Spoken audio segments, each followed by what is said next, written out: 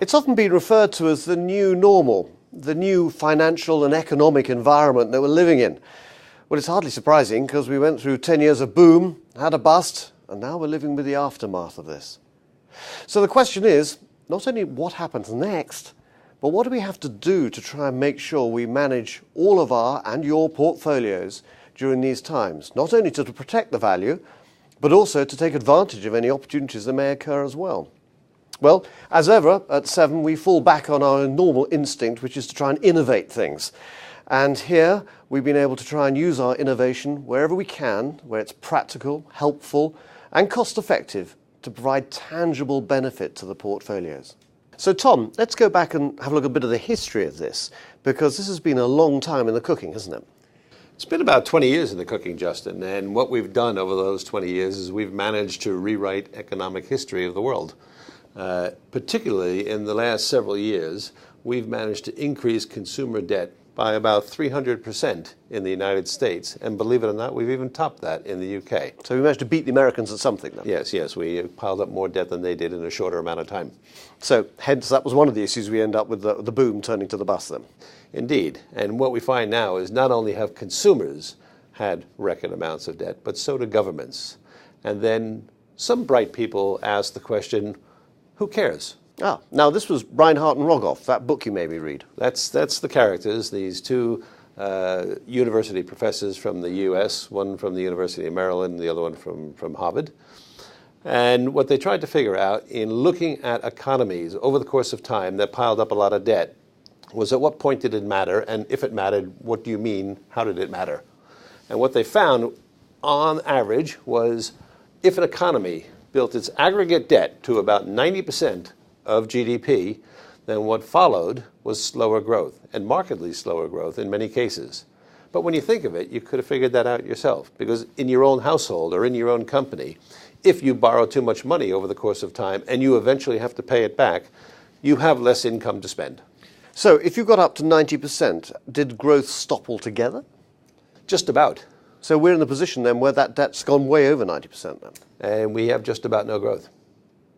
So Tom, what's the sort of size and scale of this by the very different nations? Well, the Western world, the US, the UK, Europe in particular, have already amassed about 85 or 90% debt when compared to GDP. So we are already at the point where Reinhardt and Rogoff described that lower growth will follow. However, to compound that, the annual ongoing deficits on top of it are in the 8 to 9% vicinity for the US and the UK. That means that we're going to go right through the 90%, and the world would like to know what's our answer to that. And is there a clear answer? Not yet, and you're not going to see one in the US, certainly not before an election. So in Britain, what you've had is a period of austerity to try and cut this down. In America, if they were trying to do a similar sort of process, the amount they would have to cut would be, well, horrific, wouldn't it? It is. If you look at the deficit, the annual deficit in the United States, as a percentage of what they spend as opposed to a percentage of GDP, last year it was about 44% of what they spent was deficit spending. So on this pie chart you've got here, it means that roughly half the pie chart would have to be cut if you were going to cut the whole thing out. And it gets more entertaining than that. If you look at the social spending in there, if you look at the Social Security, if you look at the Medicare, the Medicaid, the other mandatory programs are things like unemployment insurance and food stamps and those other giveaway programs that they have in the States. Those pieces of the pie chart are going to get a lot bigger over the next 2 decades as the baby boomers retire. So not only is there a very significant current problem, but it's going to get bigger. So now we're in a lower, slower world with this pile of debt. What happens next? Well, the way out of the amount of debt that we have has to be spelled out. And we're waiting for the politicians on both sides of the Atlantic to spell out what that is. And you'll notice I say we're waiting for the politicians. We find ourselves, courtesy of having transferred enormous amounts of debt from bank balance sheets into government balance sheets, that the people in charge of administering those debts are now politicians. So the whole economy is effectively being run by the politicians. It's not actually anymore the banks or any of the other corporate structures. To a much larger extent than we would be comfortable with, yes.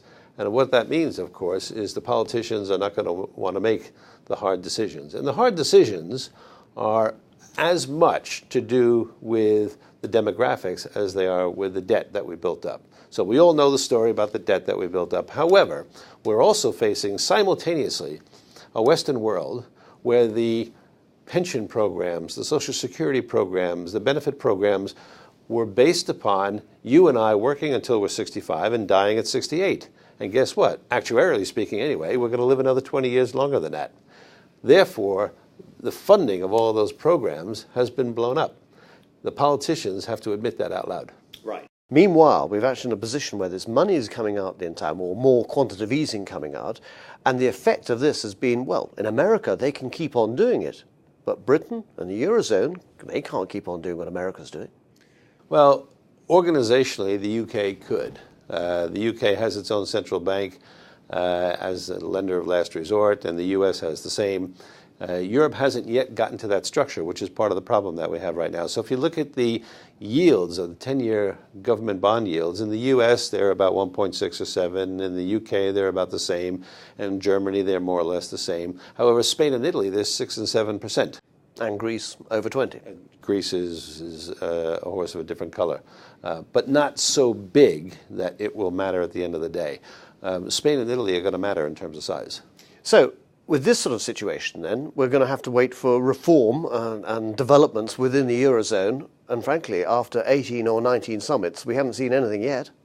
No, what we're waiting for is 17 different democracies in Europe to agree things in terms of financial stability and integration and political integration that have not yet been agreed. Now, the Germans, probably who are holding the trump cards right now, don't want the European Central Bank to print money like the US and the UK are until they can get their ducks lined up from a fiscal and political perspective. So we're looking for a route map forward to actually make sure that the controls, some of which were originally laid out in Maastricht, but also with regard to fiscal controls, are all laid out for the future.